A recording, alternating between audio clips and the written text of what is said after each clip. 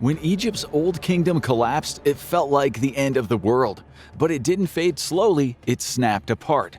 Rome took centuries to die. The Maya vanished over generations. But Egypt's first empire shattered in just 20 years, as 18 rulers tore through the throne. For 500 years before that, Egypt had almost been untouchable. The Nile fed the people, the elites drowned in wealth. The Pharaoh wasn't just a ruler, he was a living god. Until the Nile failed, and the people who once worshipped their rulers started to turn on them instead. Because the fastest way to destroy a god is to let people watch him fail. Chapter 1. The Arrogance of the Machine. In the ancient world, the fatal flaw of every power was hubris. When times were good in Egypt's old kingdom, confidence flowed like the plentiful beer that the laborers drank when building the pyramids. But with confidence often came an arrogance and vanity that said we and we alone are God's chosen people. That said, the good times will never end. Through ingenuity and industry, nature bent to Egyptian will. At the very center of all this hubris were the kings, pharaohs who told their people that they weren't just representatives of gods, they were living gods, the rulers of the universe. They had created one of the greatest civilizations in history.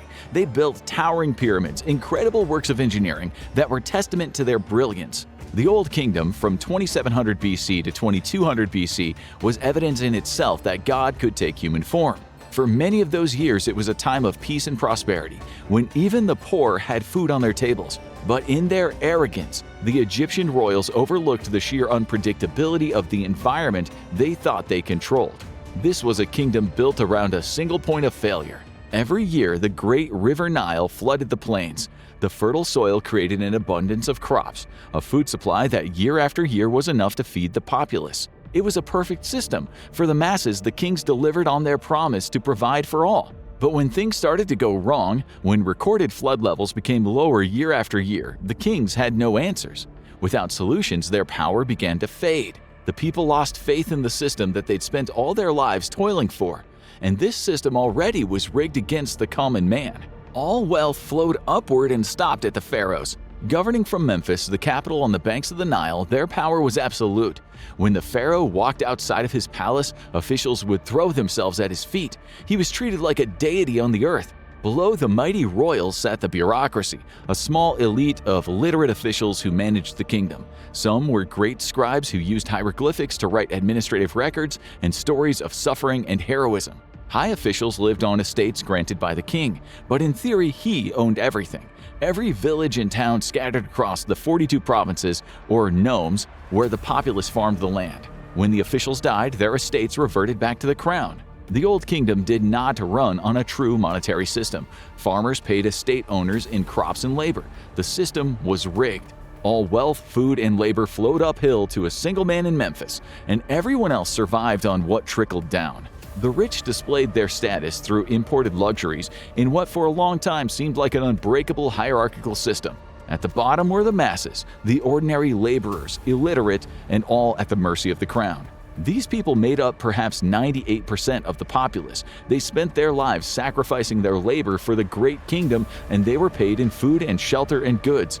They had built the pyramids, the palaces, the temples, the roadworks and dams. They fought in military campaigns in Nubia or in North Africa, and they did it because they knew they stood at the center of something immense. Their kingdom was home to the most advanced people on earth, a civilization that for centuries was too powerful for any foreign invader to conquer. As long as the floods came, the land stayed green, the monuments rose, and the divine order endured. In effect, this was an entire economy that relied on the weather. All that wealth was highly concentrated into a single ruling family that couldn't afford a change in the climate. Kings who, instead of building larger state granaries for times of famine, built colossal monuments to their own egos. Men buried with riches for the afterlife, some even entombed alongside sacrificial officials and servants. But for as long as the royals delivered on their promises, the wheels of this all-for-one system kept turning. The kingdom had been so perfectly engineered for success that its rulers had almost no contingency plans. Any serious deviation from the norm was a death sentence waiting to happen. Those pharaohs weren't supreme beings, they were mere mortals, and they'd soon discover to their abject horror that men cannot control nature. Chapter 2. The Geographic Cage. The world's climate changes. We understand that today, but during the Old Kingdom, neither king or governor nor wise scribe understood the perilous nature of regional climate shifts or their effect on the Nile's flooding cycles. Within their bottomless arrogance, the kings believed that when they died, they journeyed across the heavens with the creator of all life, the sun god Ra. By extension, Egyptian royalty was seen as being bound to the natural order. But in reality, the kings had no control over the sky or the river. For centuries, it was a near-perfect relationship between man and nature, but then the river simply stopped rising. The God King had no answers. At first, the change was subtle. The floodwaters gradually began to fall, measured by officials in Nilometers. Around 3000 BC, officials under King Narmer sent a warning. Something is wrong, the flood levels have lowered. Then came the long drought. The decline had begun. A dark age was upon the people of Egypt. Great pyramids were no longer raised. Vast temple projects slowed or stopped entirely. As the climate became more arid, vegetation retreated. Some plant life disappeared as sand dunes crept closer to human settlements. The governors of the 42 provinces, the nomarchs, grew in power as people lost faith in the centralized state. Regional magistrates and judges imposed their own authority. Wealthy priests started to give their support to local rulers, not the Pharaoh and his government in Memphis. In what became a violent struggle for survival, ordinary people no longer turned to their divine king for salvation. They turned to whoever had the food. They called upon the governors, not their almighty king, to get them out of what had become a life or death crisis. As the people saw it, famine was a direct result of divine anger. If the kings were in touch with the divine, then the land becoming infertile had to be the king's fault. But he had no answers to the horror that had beset his people. Records show there were relief measures to distribute grain in times of crisis, but the king made appeals to the gods for help. And when it didn't come, he had failed in the eyes of his people. There were many kings during the 500 years of the Old Kingdom, perhaps 25 to 30 in total, but it was the rulers of the 4th dynasty who became the ultimate symbol of Egyptian power, raising the greatest pyramids ever built. But by the 6th dynasty, 2345 BC to 2181 BC, these monuments of human ingenuity were reminders of greatness that had long passed. The crisis of the Old Kingdom peaked through a period of violent political upheaval. Pepi II, the final major king of the 6th dynasty, ruled Egypt for 90 years. By the time he died at 94, a bloody catastrophe was already unfolding. The illusion of his divinity was entirely gone. His sons and daughters had grown old waiting for the throne, and the second he died, the starving masses ripped his tomb apart and took everything, even his mummy. The temple of his father, Pepi I, was burned to the ground. His entire family was hated. In the vacuum of his death, the kingdom fractured. Within the next 20 years, 18 different rulers tore through the throne in rapid succession. But by then, the centralized power of the Pharaoh in Memphis was already a ghost. Real authority now belonged to local nomarchs, making their own rules. These governors became hereditary, creating powerful dynasties that claimed to be great chieftains. They were leaders who fought against other provinces, beckoning a state of almost constant civil wars. Evidence of such mass bloodshed exists in a tomb archaeologists later unearthed. Egyptians were usually buried alone or with close family, but this mass grave of late Old Kingdom mummies contained 60 bodies, all male, and all had died violently. They were smashed in the head by rocks, felled by a mace, and had wounds that showed arrows had once pierced their bodies. These men died in battle. It's hard to say exactly how this crisis unfolded or which region suffered the most from drought and famine. Like most of ancient Egyptian history, we have very little evidence in which to paint a totally accurate picture. But it is certain that for countless people across the kingdom, disaster arrived with a vengeance. Many were effectively trapped inside of a narrow ribbon of civilization surrounded by expanding desert. To the west lay the Sahara, to the east harsh deserts and mountains. To the south, difficult cataracts and rival territories, and to the north, marshlands and the Mediterranean. For the common man, already weakened by hunger, there were no supplies for a long, hazardous journey through foreign lands where bandits lay in wait. There were no real maps for navigation, no transport they could afford. So the commoner was tied to the state, a civilization built around a narrow oasis, surrounded by terrain that was almost impossible to cross without stores of food, water, and weapons. Just one man getting himself out was nigh on impossible, never mind his family. Egypt wasn't Rome. During the collapse of the Roman Empire, the most desperate people could migrate into neighboring provinces. They could move through forests, travel rivers, and settle almost wherever they wanted. Nor was Egypt like the Mediterranean world during the Bronze Age collapse in the 12th and 13th centuries BC. Entire groups were able to escape by sea and migrated across coastlines and islands. The people of Egypt had no such escape route. They were trapped under a blistering sun, waiting to die or go down fighting. This was a psychological crisis, not just a physical one. Chapter 3. When the gods failed. The people had lost faith. They became cynical and angry. They looked upon those towering pyramids and gilded graves as testaments to greed and excess. Lies, a spell that had been cast that was now shattered into 1,000 pieces. The tombs said it all, the inscriptions of the nomarchs who claimed that they saved their people from the worst of the devastation. I gave bread to the hungry and clothing to the naked. All of Upper Egypt was dying of hunger. The most terrifying part of this message? People were eating their children. Memphis still had the king, but his rulership likely barely extended as far as the city borders. The rest of the country was now ruled by these provincial administrators. 2 inscriptions would proclaim them as overseer of Upper Egypt in the Middle Nomes, or even God's seal-bearer. They didn't care about the pharaoh or the people, they cared about riches and influence that they'd have in the afterlife. When the floods failed, some might have just been as ineffectual as the king to correct the course of devastation. Their grain stores likely emptied.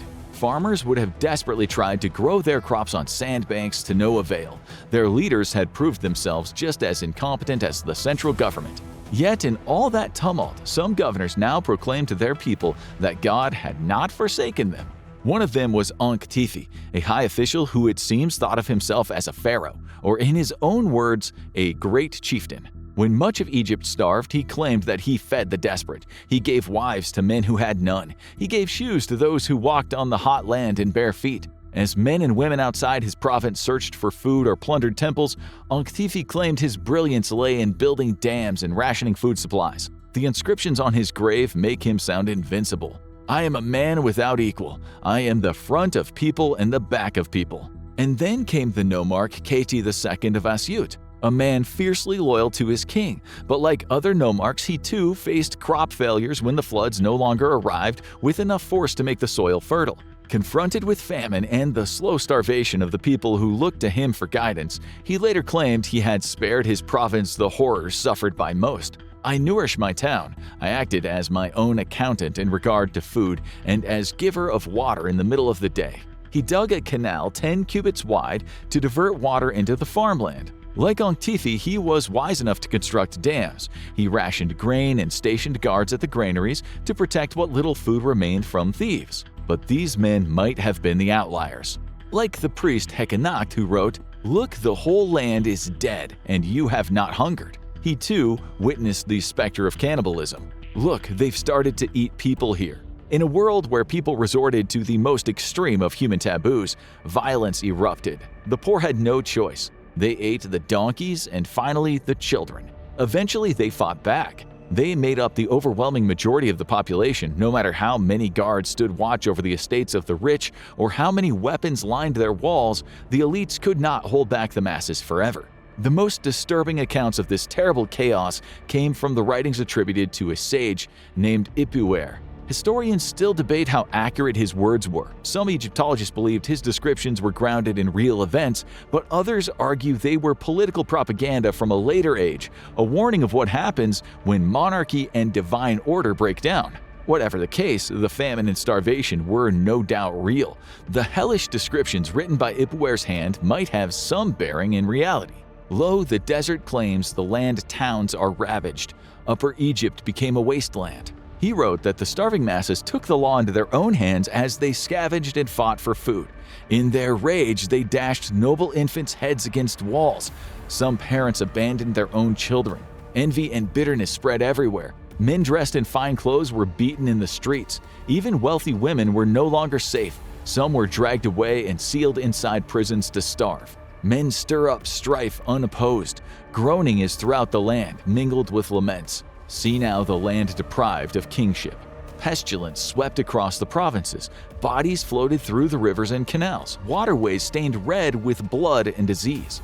The poor looted the rich and cried out, "Let us suppress the powerful among us." Families turned on each other.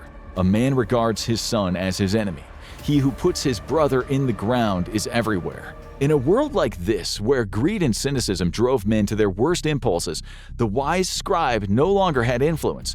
His words were ignored by a desperate populace trying to get what they could. Whole towns were laid to waste.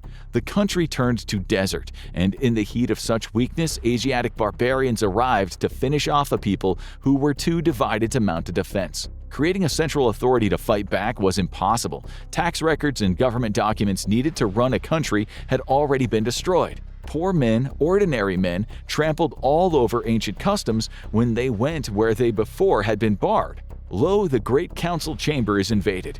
Beggars come and go in the great mansions. The secrets of Egypt's kings are bared. These men stole the records and murdered the scribes. They destroyed books, the agricultural knowledge that for centuries had helped the Egyptians farm. As thugs took control of towns and cities and anarchy spread, revenue to be spent on projects went straight into their pockets. In 2 decades, the Memphis kings had been ruined. The peasants who had somehow stayed alive were now demoralized. They had no protection against the wicked, and they had lost all faith in rulership.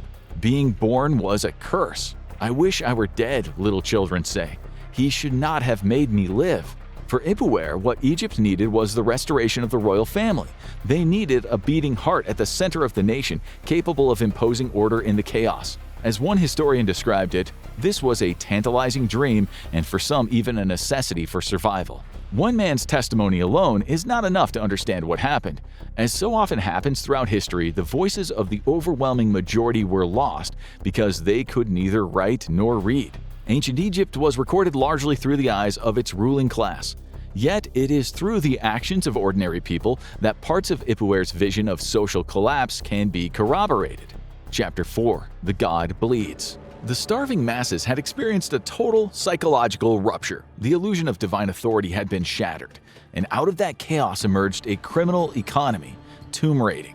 Theft from tombs had always existed in the Old Kingdom, but when law and order collapsed, all hell broke loose. Not even the guards stationed outside the burial complexes could hold back the looters. The poor, now disenchanted with rulers, descended upon the great monuments where the kings had been buried alongside unimaginable riches. Looters dug tunnels through thick stone walls and toward hidden chambers deep inside the pyramids and tombs. Without a stable central state to police the kingdom, it was almost impossible to stop. Gold statues, jewelry, even gold masks that had once adorned the king's face were sold in markets. It was the ultimate insult to the men who once made regular citizens shake at their very sight. When archaeologists found these tombs thousands of years later, they found mummies desecrated and smashed. The ransackers hadn't just stolen, but had destroyed everything in sight. The lack of respect it showed was unprecedented. In ancient Egypt, safe passage in the afterlife meant more than life itself. Egyptians would go to great lengths to bring the bodies of dead elites back from distant wars so they could be properly buried and given their chance at arriving in paradise. The destruction of the tomb effectively murdered those men, cutting them off from eternity. Officials did everything they could to stop the looting. As tomb raiding continued into the Middle Kingdom, curses were carved into the tomb entrances to terrify the thieves. Statues were positioned like eternal guards, watching over the dead. When that failed, burial chambers were blocked with rubble, hidden behind layers of stone. And when even that proved ineffective, rulers began placing their tombs deep beneath pyramids and underground complexes. But it was never enough. Tomb raiders became a constant source of anxiety for the rulers of the New Egypt. If there was one way to stop it, it was fear, violence, pain, death. Those caught trafficking stolen funerary goods could face execution. Some were beaten, and for the condemned, their last moments on the earth were horrific. The thieves grew smarter. They burned the coffins and melted down the gold inside of them, its source of origin now unknown. They looted valuable perfumed oils but sold them to travelers on the international market. Amulets of precious stones, exotic artifacts not sold locally but fenced to men who sold the goods to passing caravans. It wasn't about making some extra money, it was about survival.